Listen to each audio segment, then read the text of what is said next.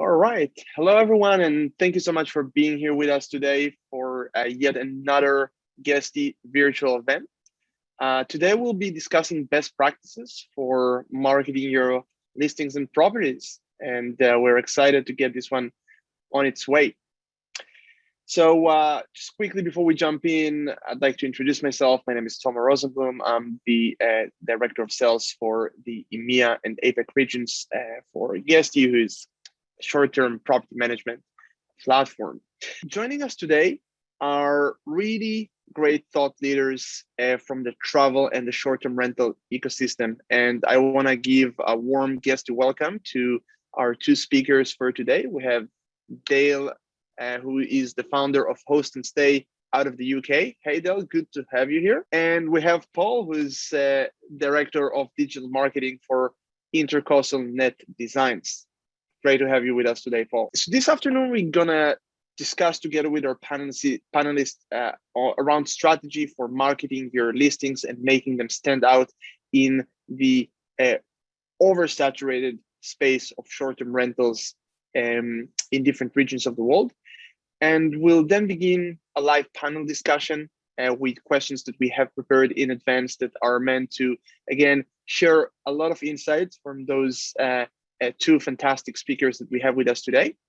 And then we will conclude with a Q&A session from you guys who are attending today, the audience, and allowing you to just pick the brains of the panelists that we have on stage today. And we're going to start with talking a little bit around interesting data that Guesty had compiled, and we would love to share with you during the first part of today's virtual event. And I'd like to begin addressing the fantastic recovery that we are seeing in the largest markets worldwide, starting with the US market, where we're not only seeing a massive 400% increase from last summer's booking, but we're also seeing around 50% increase from reservation volumes that were taking place during summer of 2019 in the pre-COVID era.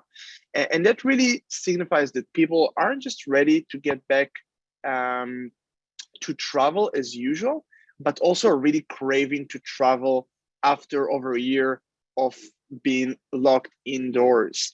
In the UK, we see that numbers are still slightly a bit behind, with an increase in reservation volumes of around 321%, which is, of course, is extremely impressive when you compare those to the summer of 2020, where the pandemic was at a completely different stage at this point. But we're also considering the gap between summer's booking numbers and those of summer of 2019 had shrank quite significantly, and now there is only 2% difference. So 2% lower reservation volume rates between what we see right now in summer 2021 and summer 2019. And we actually do predict that reservation volumes will continue to climb in the UK, and mimicking in a way what we see as the average booking rates in the US market. And while it's been the low season right now in the Southern Hemisphere with Australia, the numbers we're seeing there are anything but low, actually. And we see there quite a jump compared to previous winters, both during pre-COVID era and after, with 745% increase compared to last season and 35% increase compared to summer of 2019, which is really, really impressive with our Aussie friends. And all of this data is data that Guesty is looking at quite carefully over very, very large volumes of reservations in the market. After a year of travel restrictions, we are seeing restrictions are being lifted out gradually, and booking numbers start to support the predictions that the end of the COVID-19 pandemic will really create quite a significant travel frenzy. And with reservation volumes not only stronger than it was on the pre-pandemic era, it seems like short-term rentals are really the go-to choice for a lot of different travelers in that frenzy itself. And that, of course, has quite a significant impact on revenue, and we see rates and revenue increases across all major markets, where the demand in travel really drives an increase in rates in both US, UK, as well as in Australia. And as you can see, we have segmented those numbers to go across different months of the peak summer season in the US and in the UK. So you can see how rates fluctuate, and property management companies tend to go and increase rates quite significantly compared to the equivalent timeframes in 2020 as well as in 2019. And that's something that property management companies are looking to do in order to recoup some lost potential revenue and lost revenue that they had during this equivalent time last year.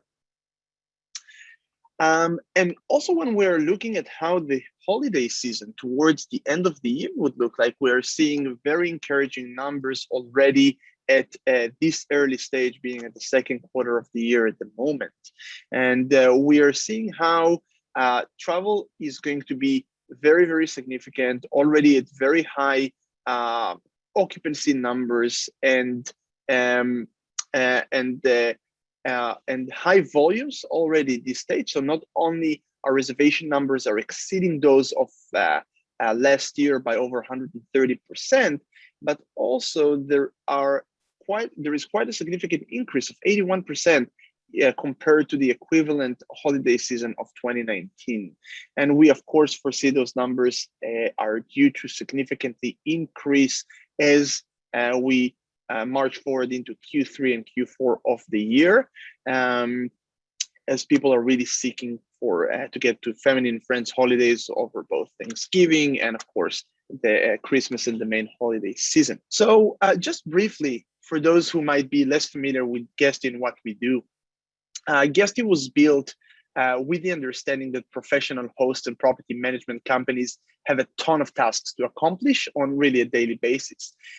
Whether we were talking here about listing distribution, staff management, report creations, and of course the entire aspect of guest communications, the Guesty platform provides a fantastic solution that really helps property management companies automate those day-to-day tasks in order to save valuable time and resources, so you can locate those resources into scaling your business. Throughout the COVID-19 pandemic, our automation technology and ability to streamline and centralize operations have been massive assets to property management companies, making it easier for them to quickly pivot their business, work remotely, and function with leaner teams.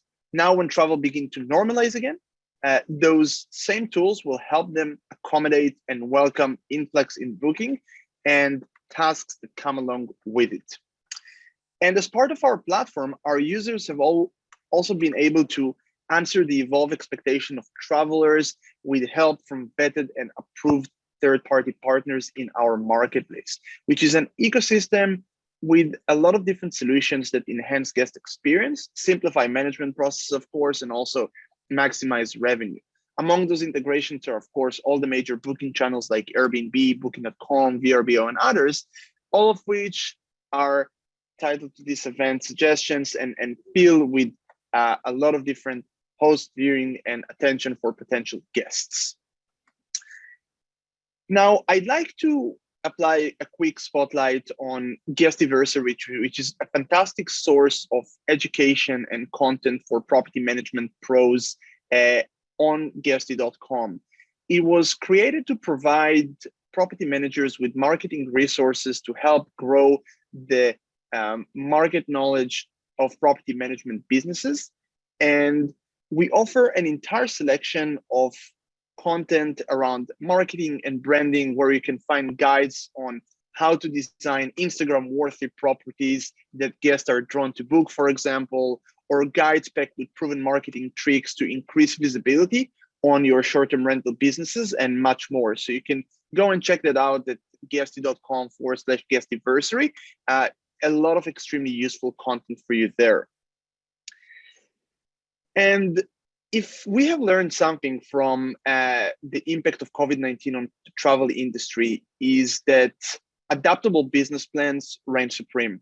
And short-term rental businesses across the globe like the guest users featured in the press snippets we have here, have shown incredible resilience and compliancy as they shifted their strategies to meet changing guest needs and expectations. In one of the most really challenging periods of hospitality that the hospitality sector have ever experienced, of course. For example, High Rocky Homes converted one of their 10-unit lodge to one of the rooms in their 10-unit lodge into an office area to accommodate remote workers looking for a change of scenery. And by doing that in the midst of the pandemic, they saw an unprecedented occupancy rate to their properties. So that's, of course, just one out of many great examples that we have seen along the way. Keeping the finger on the pulse when it comes to traveling community and positioning yourself as a leader in the space that can also earn property management companies the kind of attention that can establish them as a major hospitality brand leading the new age in travel. And just to bring you guys a few examples here, we can take a look at the Alexander, who they're a highly successful isolation destination campaign, drew guests looking to pass pandemic in a stylish property, equipped with everything that they need to work remotely, attend virtual schools and keep themselves entertained, and also Mint House that attracted guests in and drove their rentals with light touch solution that limits human interaction. And now, how do you guys can stand out, just like the examples we provide? And that's something that we're going to be discussing today with our esteemed speakers, starting with Dale, who is going to share with us how property management companies build a unique brand and an online presence in order to differentiate a company such as Host and Stay from its competitors and really stand out in the landscape. So I'm going to hand it over to you, Dale, to take us through your insightful notes from here. Cool, thanks, Thomas. Hi, everyone. As Thomas said, we're going to chat through some things and actions that Host and Stay has taken, certainly over the last 12 months, but over recent years to try and make sure we get a standout in the crowd. Holiday lets in North Yorkshire, in the northeast of England, where we operate are a key feature, really, and we've really tried to make ourselves fit into the top 15% of the market. So our Host and Stay model, we like to say that we've got a millennial approach to a traditional market. In the North Yorkshire coastline, one of our biggest areas, the highest volumes of properties, a town called Whitby, and there must be around 2,000 properties, holiday let properties, just within that small seaside town. So there is a lot of competition, and we need to make sure that we do get stand out to drive revenue, drive bookings, etc. Because we hit that top end of the market, we've got premium prices that are reflective of our quality of properties. We're really flexible on our length of stay, which is one of our key USPs. So we operate a 3-night minimum stay. We reduce this to 2 nights inside 70 days, and we actually reduce that to 1 night for 1-night gaps and for bookings that are created inside 10 days. I would say we've got highly desirable interior styling. We actually have a dedicated interior design department within our business for our own holiday homes, and also to provide a service to our clients as well. And stunning professional photography. I think Paul's going to touch on this in some detail, but professional photography is a key attribute to us as a property management business. And why our owners use us, we're full management service, so it's hands-free, hassle-free for our owners, end-to-end management from generating bookings through to 24/7 guest customer services, linen, cleaning, and ongoing maintenance as well. So our objective on the host side of the business is to attract holiday homeowners, serviced accommodation owners across the UK to select us as their management company because of our approach and our millennial thinking. And we do know, versus our competition in our areas, that we are much better at driving higher occupancy and higher revenues. And for our guests, we want to provide luxury holiday accommodation and fantastic customer service as well. And just a quick example there of some of the properties that we manage in our portfolio. So we're really looking for 4- and 5-star properties that align with the Host and Stay brand. In terms of some actions that we take to stand out from the crowd, professional photography is absolutely key. So we have 3 photographers that are allowed to shoot our portfolio. So we manage just over 375 homes at the moment. Every one of those listings has had professional photography, and again by one of our approved photographers. And you can see a bit of difference here, just an image taken on an iPhone during the staging process of the property, and then the actual professional image that you'll see on our website. So, you know, a big difference. There's lots you can do nowadays with iPhones, and, you know, we're all used to seeing OTA listings taken with iPhones. I'm sure you can get a decent result on that, but really getting the right quality of photography, even for us, the right angles, the right height of images, etc., is all key to getting standout and driving revenue. Social media is another big area for us, and looking at our channel utilization. I'll touch on in a minute how we look to drive direct bookings and the role that social plays in that. But for us, 3 key channels that we use on a daily basis: Facebook. We use Pinterest an awful lot more now, especially linked with the interior design side of our service offering, and also Instagram. And for us, our social channel utilization is very much around brand building, trying to build the host and stay brand, build that following, trying to give people really a feel for the experience they're going to get in a host and stay property. And we use social a little bit for tactical campaigns, but more often than not, it's really for us trying to create that brand exposure and really creating that look and feel throughout the brand as well. And again, I know Paul's going to touch on some of this stuff in more detail too. In terms of direct bookings, key attribute of our business, something we're looking to grow on a daily, weekly, monthly, and annual basis. And I think versus other property managers, certainly probably more in the serviced accommodation space, this is something that we've really improved a lot over the last couple of years. If we look at some of our main competitors, such as Sykes, Travel Chapter, Cottages.com, really in that traditional holiday let market, their whole business models are built on direct bookings, and they're using the OTAs really few and far between, whereas we've come from the era of really relying on OTAs for generating bookings in the early days and trying to move to a higher direct booking contribution. You'll see for us from 2019, we were contributing just over 20% in direct bookings. We saw that jump forward quite a lot during 2020, especially through the COVID pandemic. And we've seen that kick on a little bit so far this year now, on 30% direct booking contribution. We think we can increase this to about 50% over the coming years, and we think that's going to give us a really nice balance between good utilization of the online travel agents and also driving direct booking contributions, so we've got that lower acquisition cost as well. Both good for us and good for our owners as well. In terms of ways we drive direct bookings and how we go to market, we use all of the online travel agents. We connect to those through the Guesty platform, plus through our channel manager as well, to get additional reach. We are consistently investing in paid search, paid social media, organic search strategies, and also direct marketing campaigns. We have an active database of just over 35,000 guests, and that is growing daily. We actually use a social Wi-Fi in each of our properties, so that when guests want to log onto our Wi-Fi, they've got to give us some data back for logging onto the Wi-Fi.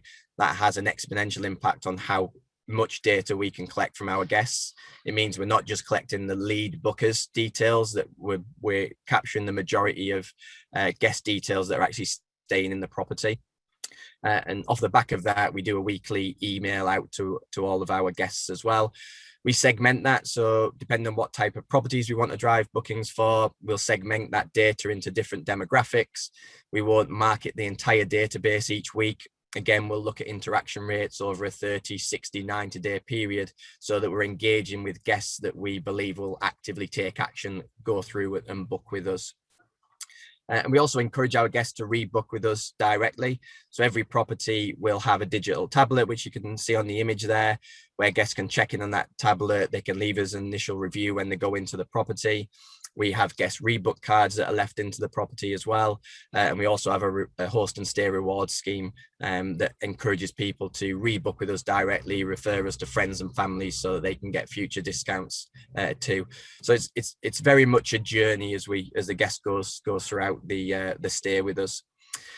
we see some natural factors relating to direct bookings as well. We've seen a real trend towards larger properties generating more direct bookings. So our 4, 5+ bedroom properties generate more direct bookings as a percentage of overall revenue than our smaller properties.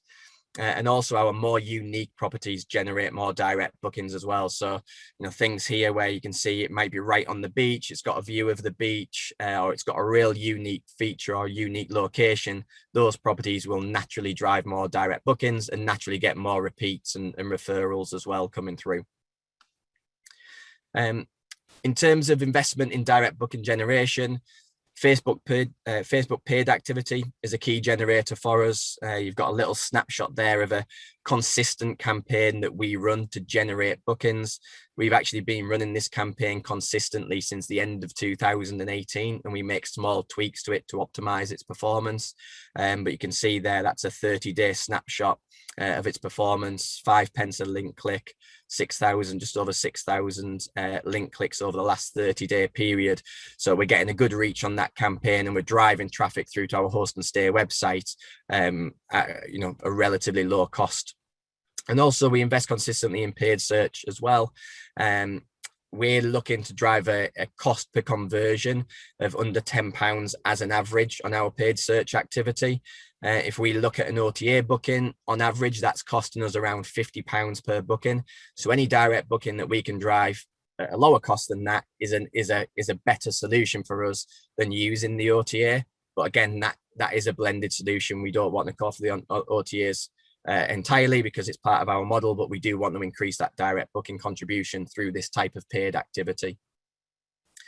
And guest retention is also key for us as well. So we have multiple touch points throughout the journey, from an online check-in with the guest prior to staying with us.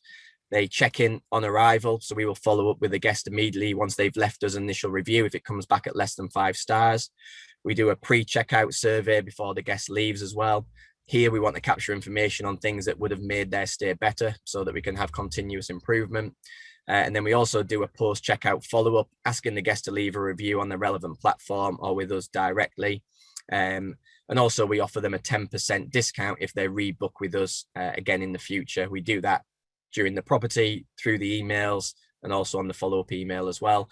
And our host and stay rewards message is consistently communicated to the guests throughout of all of our messaging as well. A bit of impact on post-COVID, probably very much in line with some of the things that Tom touched on in his opening slides. If we compare our performance this year to 2020, we're seeing ADR up 50+% across Q3. So in Q3 this year, our future bookings, we're averaging the ADR of £254 a night. That's 53% higher than Q3 in 2020. And our actual nightly rate, although it may be slightly skewed by more bigger properties coming into our portfolio-wide, we're tracking 29% higher for Q3 this year than we were for Q3 in 2020. We actually are up as well versus 2019 as well. So we're seeing some good trends year on year, even over and above the 2019 period too. And our growth post-COVID, we've seen a big impact on new owners coming to us over the last 12 months. We've seen natural attrition rate with some of the bigger players in the market, which has been really good for us to pick up clients. We're just over 350 listings, 375 listings at the moment, and we're wanting to increase that to 500 as we head into the August period as well. So we've got some good traction, and we've got some big goals for this year. Hopefully some of that was helpful, guys. Please feel free to reach out to me directly. You can see my contact details there. More than happy to answer questions and anything I can to help people in the industry. Thanks.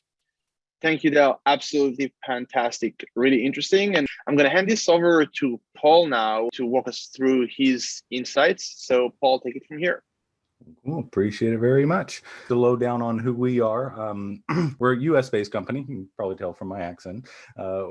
We build vacation rental websites, interface with the property management systems, and build the booking engines that go behind doing online bookings for the property managers.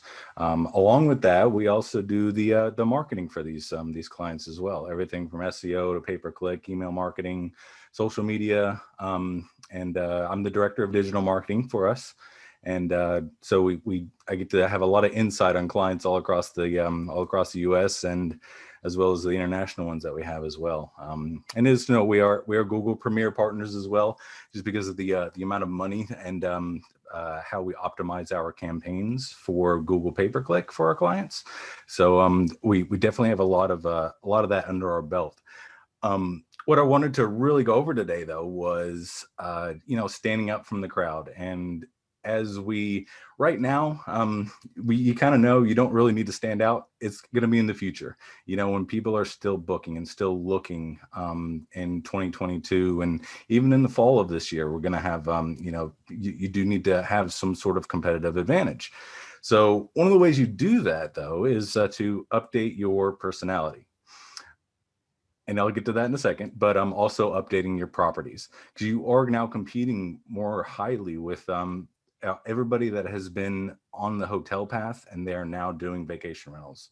So everybody with because of COVID and how it forced everybody to use vacation rentals, we have a whole other world ahead of us in order to market to. We're going to have higher demand going forward. I have no doubt that it's going to continue. So you've got to step away and make yourself better than your competition, including the OTAs. So don't act like an OTA. Have your personality really show through, and that in itself is going to give you not only better rankings due to there's a whole algorithm dedicated to EAT, expertise, authoritativeness, and trust, but it helps people really feel more comfortable with who you are as a company. And by making a good about us page, or having personality show through on your property listings, as well as your just your website in general. If you can showcase that personality with photos of your company and your the people involved, your reservation staff, just little things that can help really shed the light on who you are. And that's another reason why you need to that'll make somebody book with you rather than an OTA. The other part, of course, is getting them to your website for that direct booking. So we'll get into that in a second. Just a note, though, photos with people invoke more emotion than landscape shots or pictures of your building. It's that personality, and due to social media, that personality is something that people are craving now, and we need to showcase that. So it's all in the presentation, right? So this is an actual example of a property description that I found 2-3 weeks ago. It was renovated in 2015. What year is it now? So looking at this, it shows that either A, you're not keeping up with your property descriptions, or B, you need to really provide more details on the experience. You're selling the experience of your homes, of your condos, of your rental units, whatever you have. That's the experience, right? So you have to differentiate yourself by really presenting that experience, and not just about the things that are happening in the area and the places you can walk to and stuff like that, but upgrade your descriptions to really showcase work from home abilities and showcase just anything. I'll get into some personas here in a bit that you can really utilize and use this on your properties. Oh, and I don't know if you noticed, but there is a little tip here. If you do think you might have some old content on your site, you can actually use this and type this straight into Google, and it'll search your entire website specifically for updated in 2015, but will not search for anything in the blog. You can manipulate this for a bit, but it'll show you some old stuff on your site if you don't think you have the newest available. So, we just talked about photos and visuals and whatnot, and that's gonna be the one main key, is thinking about how you can present this property.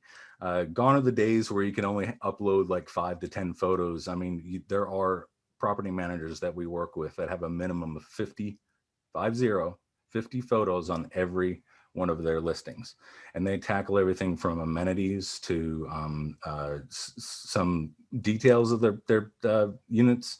I'll show that in a second. But think about that. Technology changes and changes very rapidly. So we need to worry about adding virtual tours and presenting your brand in a way that differentiates yourself. Now, these were provided by TruePlace, one of our partners. They actually are professional photographers here in the U.S., and they do interactive floor plans and professional photography. And some of this is their data that is really, really helpful. So showcasing those work from home areas, we're all used to the pictures of the living room, right? The pictures of the bedroom, the wide angle shots. Well, if you get granular and really showcase what you can do in this rental unit, that again makes you stand out from in competition. Do you have amenity photos? Do you have pictures of the reading nooks, the Keurigs, the hammocks, the pianos? Do you have all that stuff? Because you have room for it now. There are places you can upload all these pictures and use them. We've seen before and afters. Here's another one for you. Makes a big difference, right? Big difference. And then there's also property enhancements as well that you can use. TruePlace offers this service that you can take a regular photo and just add enhancements to it for nighttime shots or views and stuff like that. And again, this is that differentiating factor that makes your property stand out from everything else that is saturating the market right now. Kind of shifting gears just a little bit. We talked about social media, but I want to get a little bit more granular with this, and I kind of want to present some different points of view. When you're doing anything social media, a lot of our property managers, they say, I don't have time for this, or I'm not the best with social media. I don't really know what to do. It takes time. It's hard. It's a investment of both time and energy to do correctly, and that's kind of the problem with social media that everybody has, because you do need kind of that expertise to help you. But just as a general rule of thumb, when you're using social media, not just ads and whatnot, but when you're using social media, you're using it to trigger emotion. You're using it to really get them interested in not only you as a company, but your destination.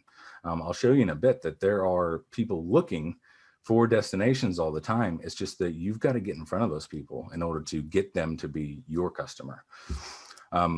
Create a strategy behind this. Really sit down, think about it. What do I want to focus on? There's so many different social media platforms out there. Which one should I use? Let's cover that. So this is probably the most, a lot of stuff on this slide, but as a quick general rule of thumb, Facebook is the biggest, obviously. It's been around the longest. It's got the biggest age group. Instagram is the next largest as far as users go. Then we have Pinterest. We're going down as far as the, I'll actually use my mouse on the screen so you can follow along with me.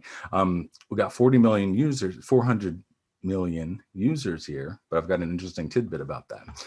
And then I get a lot of questions about TikTok because it is becoming more popular. People are, just being more accustomed to it. I don't recommend doing TikTok right now, but I just want to put it on there just so you can see the largest age groups and the genders and overall size comparatively to these other ones.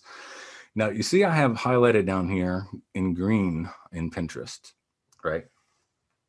So we have the largest age group is the target demographic for most vacation renters in the States, as well as the target gender who does the most bookings, right? So looking at Pinterest, like right off the bat, this seems like a very viable platform. And using Pinterest to your advantage is something that a lot of property managers haven't used before, and it's usually a Facebook.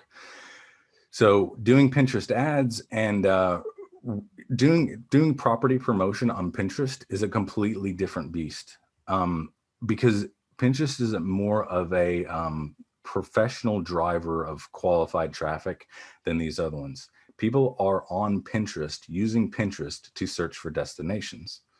They're not on Facebook to search for destinations. They're in there to like cat photos, and maybe you interrupt them with an ad. Instagram is being used to search for destinations, but Pinterest is one where people are actively looking for things to do, places to go, and companies. There are over 5 billion searches per month on Pinterest, 2 billion of which are travel related. So Pinterest is actually becoming more and more popular for the traveler than any of these other platforms. So this kind of mind blowing, right? So let's take that a step farther. So we have a shift in the age of bookers over the last year, not just Pinterest related, but our data has shown that we have had a skew of, you can see the lighter green is the 18 to 34, 24 year, 18 to 24 year olds. These have actually provided more bookings this year than in previous years. This is the first time I've actually seen this go up. And same thing with any of the 18 to 34 year old age group. Now, usually in the States, we have the 35 to 55 are our prime demographic, right?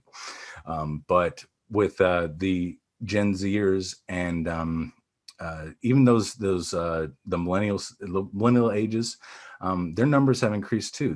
They are actually booking more. So Pinterest has seen this, and they have come out with personas that you can specifically target to get in front of these people. So Pinterest is the same kind of back end as far as building out ads. You can target ages and genders and things like that, and locations, same as all the other platforms. But Pinterest took it a step farther. They actually have a checkbox that says, I want to target weekend travelers. I want to target bucket listers and digital nomads and memory makers, rural tourists. And if you fall into these categories, or if you have your customers fall into these categories, you can specifically target these guys, which is really cool. So you layer that on with what you know about your clientele, and then you can use these personas and make ads for people on Pinterest that match those personas. So good on Pinterest for that one. How do I know it's working? So you can use your Google Analytics. I'm running short on time, so I'm going to hurry up. You can use Google Analytics, and this kind of shows you every touch point that people have made before they actually made a conversion, right? So just as an example, this number 3 right here, paid search was where they came in, they hit a social network, they hit an organic, did an organic search, they came back via a social network, and then they booked direct. So we see this a lot. There are, your website gets hit with multiple touch points before they actually make a booking. And looking at this data right is really the way to do it, because social media is hard to track. You rarely get a conversion directly from social media. You have to track that all the way through to the final destination. They also have the highest bounce rates and lowest time on site. And, when you're looking at this stuff, it's hard to really judge, is this working? Because all this traffic is just kind of blah. It's just blah. They have the highest bounce rates, and you can see this. But again, you are using social media and you're distracting people from what they are doing on social media to come book a vacation. So that's why you have to use pop-ups and use remind me to book features that we have implemented on our websites. You have to capture their interest and information just enough to get an email address to get in front of them later, remarket to them later. They're interested. It's just you have to make them more interested with social media. Of course, SEO and pay-per-click are going to be your biggest drivers. If you have a good standing with that stuff, then that's how you do it. That's all this social media talk and all this other. It is supplemental, but if you're not dominating the search engines with SEO and pay-per-click, then I would worry about that investment first before you can worry about social media, to be completely honest. Just real quick for our Guesty users, ICD is offering, if you do have a website with us or thinking about having a website with us, we are providing a free website announcement upgrade. Hurricane season is coming. We have a lot of clients that want that. It's a banner that goes across the top of your website that you can change out any message on there that you'd like. Or if you'd like a personalized SEO audit, this isn't just something that we're going to plunk in and give to you. We're actually going to look at your site and give you some feedback on things that you can do to improve your SEO side. Interested in any one of those? Just shoot me an email on here. There's my info, and I will conclude it. That was a lot of fast talking, but I appreciate it, guys. Thank you. Paul, I was able to keep up, and it was really, really interesting. So thank you so much for that. That's really, really great. We also have a bunch of questions we're gonna tackle through the Q&A session that's gonna come right after this panel session with specific questions that we've put together for both you guys, Dale and Paul. So thank you so much for the very insightful decks that you've shared with the audience. Let me kick this off by asking a question that is addressed to both of you. So travelers these days really want to know better who they're booking with, because we are just coming out of a very sensitive time in terms of cleaning standards and hygiene and things of that sort. So that really led to quite a notable increase in demand to book directly with hosts. And Dale actually showed a really interesting slide around that and how he was able to see an increase in host and stay direct reservations. But how you take this insight with the travelers' needs to get to know better the property management company that they're booking from and capitalize on that trend? How do you anticipate this trend to continue in the days past COVID-19? I suppose from our point of view, we make sure on all of the OTAs that we complete the profile section, whether it's a booking.com, Airbnb, VRBO, then we complete that section regardless with information about our company, kind of touching on Paul's point of trying to put some personal touches. You know, we are a family business. We want to get that point across to our potential guests. Our host and stay branding is always on the profile. So if people are finding properties in a certain location on multiple platforms, they'll know if it's a host and stay property.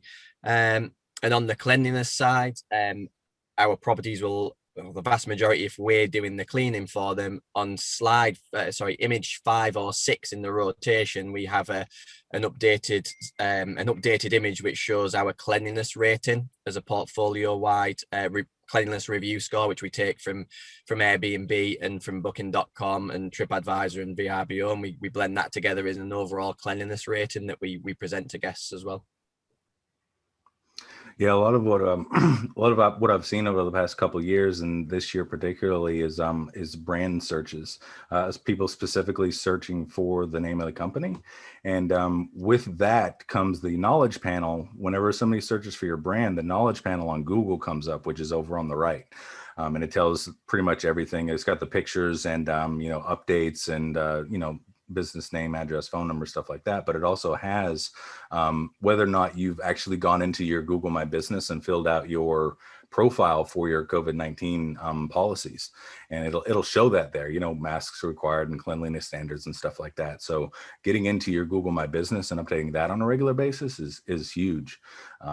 We've also seen an increase as well on specific searches for property names.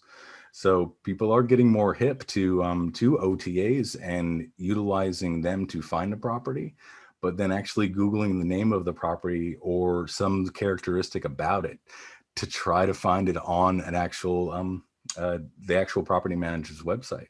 So we find that interesting as well. So you might have your cleaning standards on your FAQ page or kind of buried a little bit, but if somebody lands directly on your property and all you have is your property info, I would suggest making sure you do have, and that's a great idea, Dale, having cleanliness ratings on there for stuff like that. So definitely suggest those. So that's really interesting. It leads me to another question. So Dale, you have showed that you have some really winning strategies where you can utilize to draw traffic to your direct booking website. Do you have any data that you can share with us on what had worked and helped you drive those additional direct booking traffic? I suppose for us, Tom, it's back to some of those, some of the ads really are key for us in terms of direct booking contribution. Paid search is a key one for us, and we can get really granular on the cost per booking on that. So that is a definite key one for us. Organic search, we're getting better at. That's still a key strategy for us as a growing business. Our organic search strategy, we know, is not going to deliver us instant results. For us, it's really, where does that put us in 2, 3, 5 years time? We're trying to compete with some of the property managers or the holiday let management companies that have been around for decades, and we've got a lot of catching up to do to get in that same ballpark. For us, paid search is the key one for driving direct booking volume, and for us it's all about, can we get a lower acquisition cost on a direct booking than what our average OTA cost is? And actually it gives you quite a lot of budget to play with. The OTAs aren't cheap now, especially with a lot of them shifting from splitting the commission rate between the traveler and the owner. Now that the fact that the host is taking all of the commission on pretty much all of the OTAs, that cost per OTA booking has increased, if anything, over the last 12 months. So for us, if we're looking for pure booking performance, paid search is always our go-to. Paid social drives us relevant traffic to certain demographics, and we'll use that to really drive web traffic volume into the site, and then we'll try and convert those into bookers through retargeting, but really focusing on initial traffic generation through paid social. So yeah, I mean, certainly something I can share after, but kind of that slide deck there showing the paid search conversion value, that's what our key metrics are for driving direct bookings. Right. And do you see guests who have booked with you directly for the first time becoming more and more returning clients, as opposed to, let's say, OTA guests that might not convert to a returning client at the same extent? Yeah, definitely. And we see that more on a per property level than I would have said we do at brand level, obviously. So, if I take one of our properties, Burnside Beach House, which was our first ever holiday home, that property now, we're well over 80% direct booking contribution, because we get people that stay, that have a fantastic experience, rebook while they're already staying in the property. And back to what Paul touched on in the last question, we're seeing people search for that property because they've had a recommendation or a referral. It's starting to become its own brand, if you like. And that property kind of starts to, once it's into that element of its life cycle, it starts to take care of itself almost. That property launched in early 2017. Now, it constantly ticks over. We increase the prices each year, and gradually we're pretty much sold out, but we're increasing the revenue because the demand is there for it. And I suppose that happens with your niche properties. Obviously, it's more difficult to do that on a more standard property, which is where then we've got to be more, reactive to trying to really drive bookings. So yeah, we do see repeat bookers at brand level, but I would have said our brand level contribution comes from certain properties in the portfolio that just really good at driving repeat bookers because they're providing a great product and a great experience. That's great. Paul, one for you. So both you and Dale spoke quite a lot about the quality of pictures and how they can present the properties in a completely different light. Where would you place that as in the importance range or priority range for anyone who is looking to revamp the marketing strategies that they take with their listings for both direct reservations and OTA reservations? Yeah, I mean, the handling of getting a professional photographer, as far as a time investment, it isn't as big as SEO or pay per click or trying to get more direct traffic to the site. So, if you've been in your company for a while, if you're the CEO, if you're the owner, you're going to know how often that you've gotten new pictures. And my general rule of thumb, if you've got a property that is 3 or more years old, chances are then something has changed in that unit. and something has been broken or something has been upgraded, and it's old news by then. It's it's just changing, and people do like to see that. We even had a client that did put on because they were very adamant about photos. They put on the date on their listing. It's on our website itself of each property when the pictures were taken, so that they could really portray what everybody's seeing.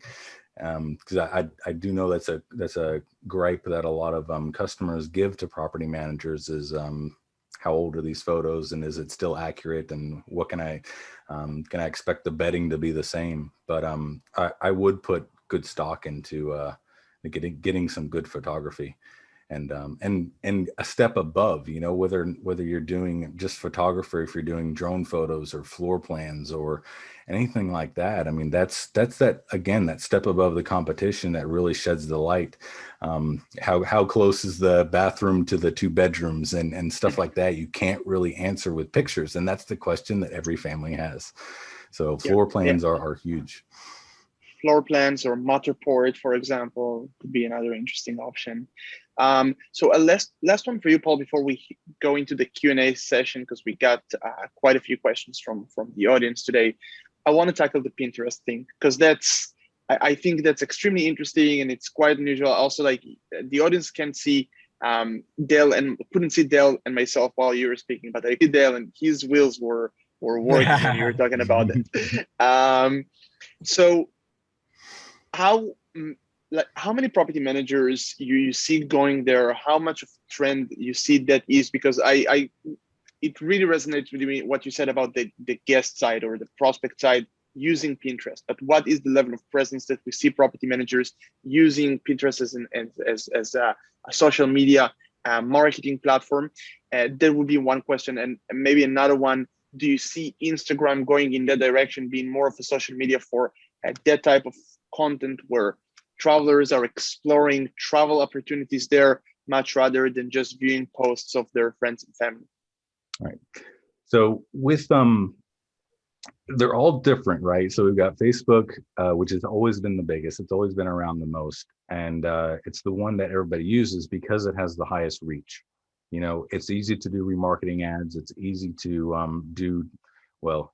it was easy to do targeted ads to specific demographics until they took a lot of those away. But to answer your question about Instagram, yes. I even actually did a presentation about a year ago about how one of my employees actually used Instagram, only Instagram, to find a place for her honeymoon.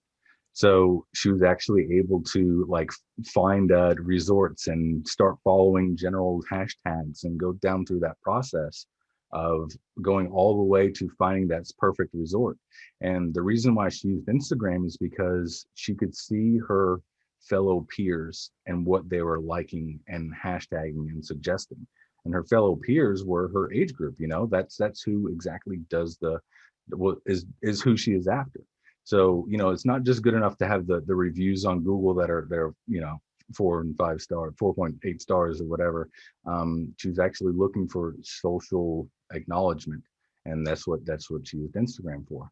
The problem with Instagram is it's really hard to get somebody to flow through to your website because you can't put links in posts. You can buy ads, but again, that's just one of those. It's just a little bit of a different beast. It's more of a long-term game. Whereas Pinterest, because there are so many travel boards for all the different areas and the way that Pinterest works, and even they do a very good job of masking ads. The way that you do an ad, you can actually have a good piece of content, top 3 things to do in destination, and you send that to your blog post. If you send that to a blog post about things to do, then that's how you kind of get them through that funnel of being knowing about you. You can do specific ads for people interested in certain areas and the digital nomads, and really hone in on that audience and doing those ads specifically to try to get them to your site is really where it's at, because they're interested in travel. And that's how Pinterest has kind of gone a little bit above and beyond by creating those personas. I mean, you can click in any of those platforms to target people interested in travel, but Pinterest gets granular because it has more data on what people are liking and pinning and posting. Well, not posting, but the boards they're creating. So it gets more into the psyche of who they are, which is why they can create certain personas around certain people. So is it going to be this, let's go out and do this and let's make a lot of money from it? And is it better than pay-per-click? No, it's not. Google pay-per-click and doing true SEO is really still going to be your best driver of traffic in the long-term investment game.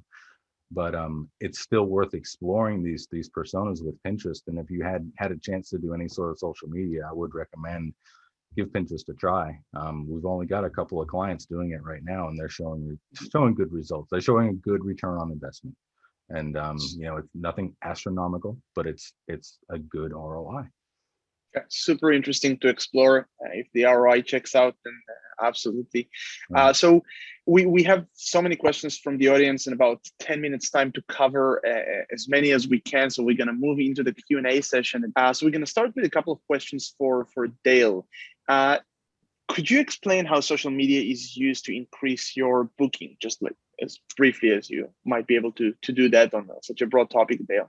I think for us, I kind of touched on in the slides. For us, our current social strategy is very much about increasing the brand awareness of Host and Stay and starting to, touch that right demographic in the early part of their journey. So we're not looking for direct return on investment from social, but we want to introduce Host and Stay to the right demographic that we're targeting.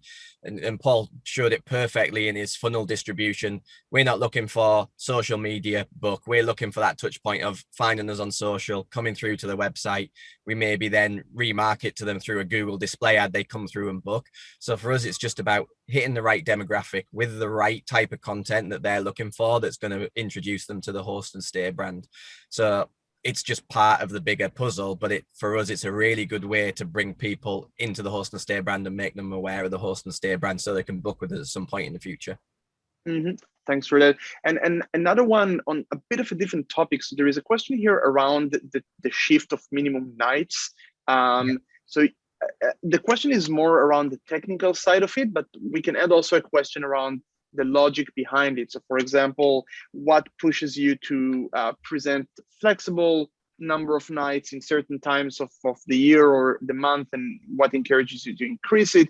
You also mentioned in your slide deck something about dropping down the minimum number of nights whenever there are gaps. So a bit about the strategy on that, and also what enables you to do that in some sort of an automated form.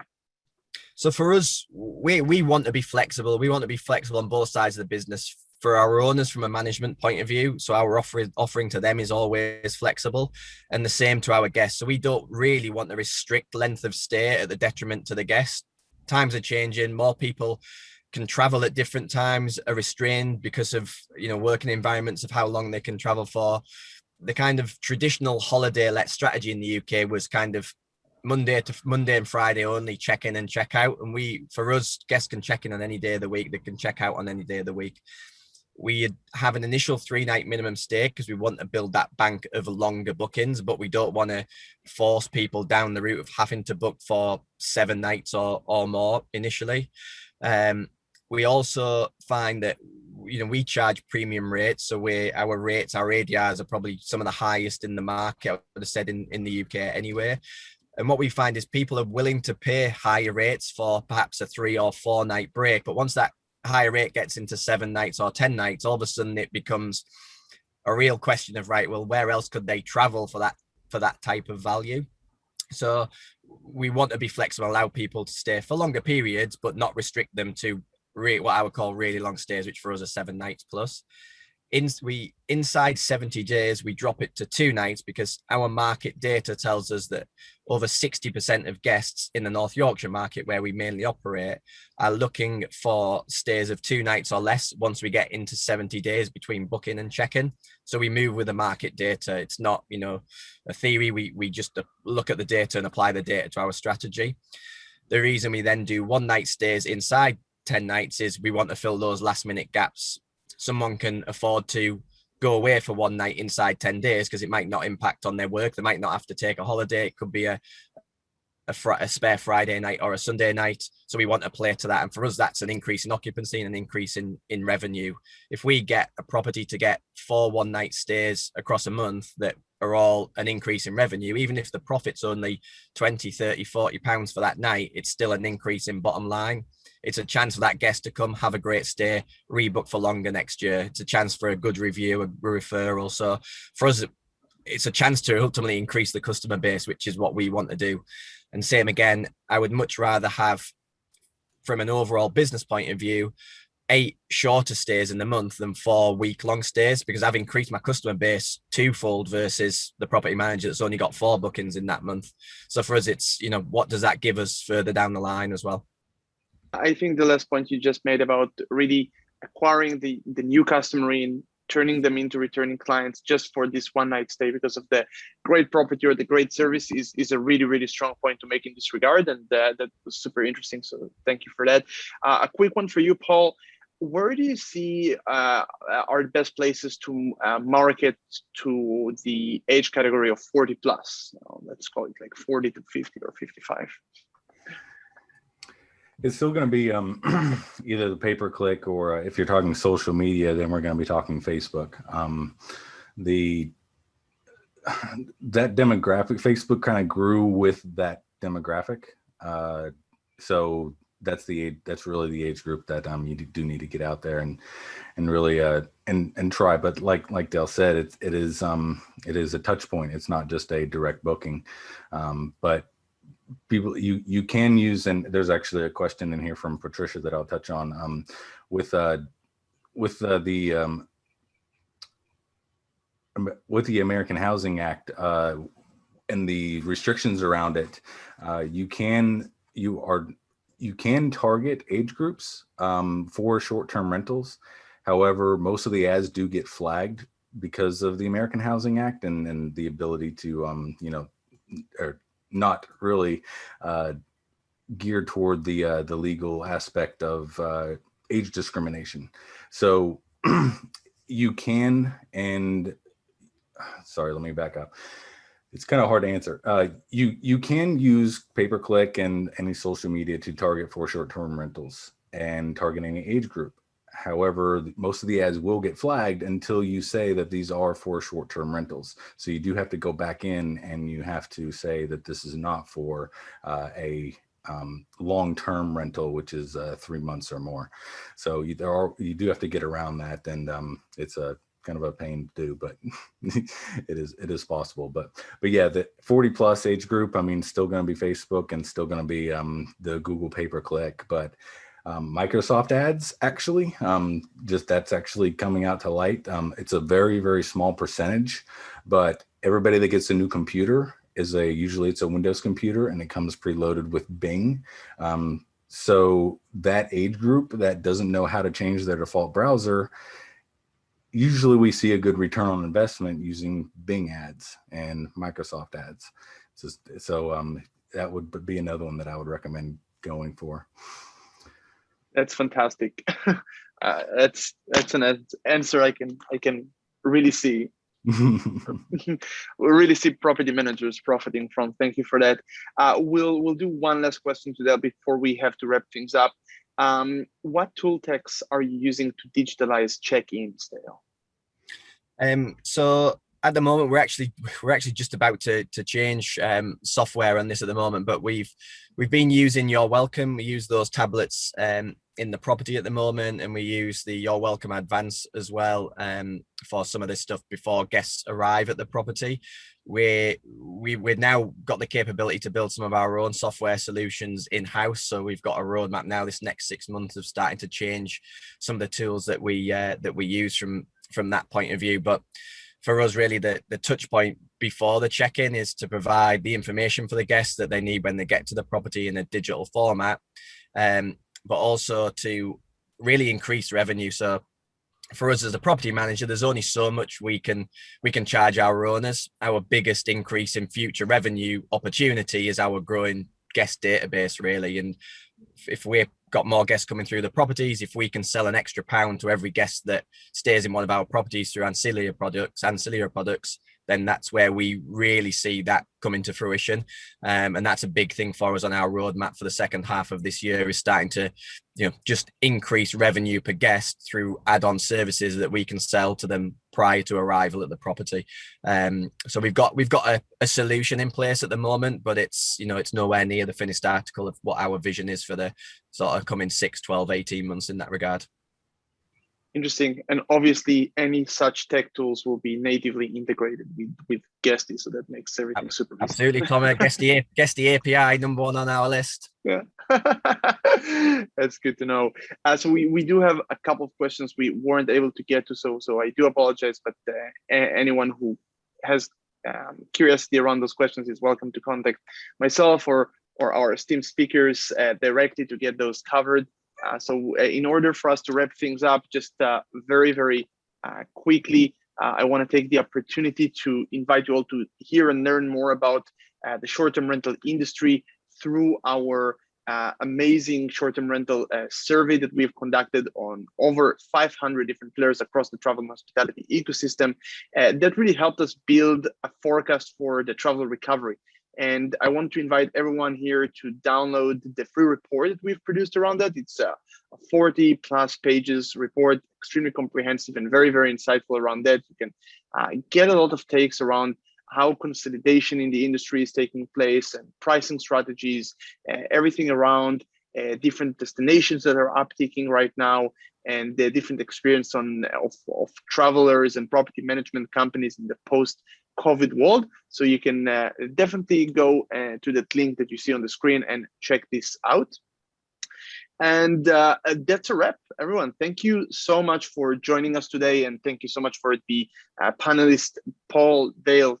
Again, thank you so much for attending. It was very, very interesting and insightful. We look forward to seeing everyone in one of the many upcoming virtual events that we are holding, and different events that we are doing for the short-term rental community. You can go into guesty.com/events to check those out in the future. And if you'd like to reach out to us, meetups@guesty.com. I was Tom Rosenblum. We were with Dale Smith and Paul Hanak.